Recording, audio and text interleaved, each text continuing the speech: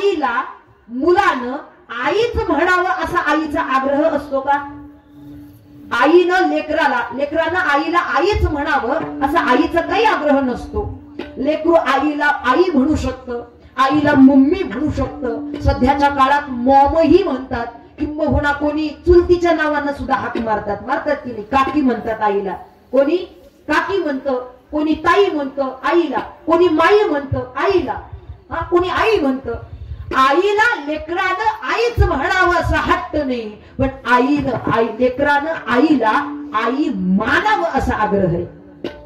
माऊलींची एकच भावना आहे, जगानं त्यांना विविध नावानं हाक मारा, ते प्रत्येकासाठी दावत येतील. फक्त त्यांना तुम्ही माऊली माना, त्यांना तुम्ही आई माना.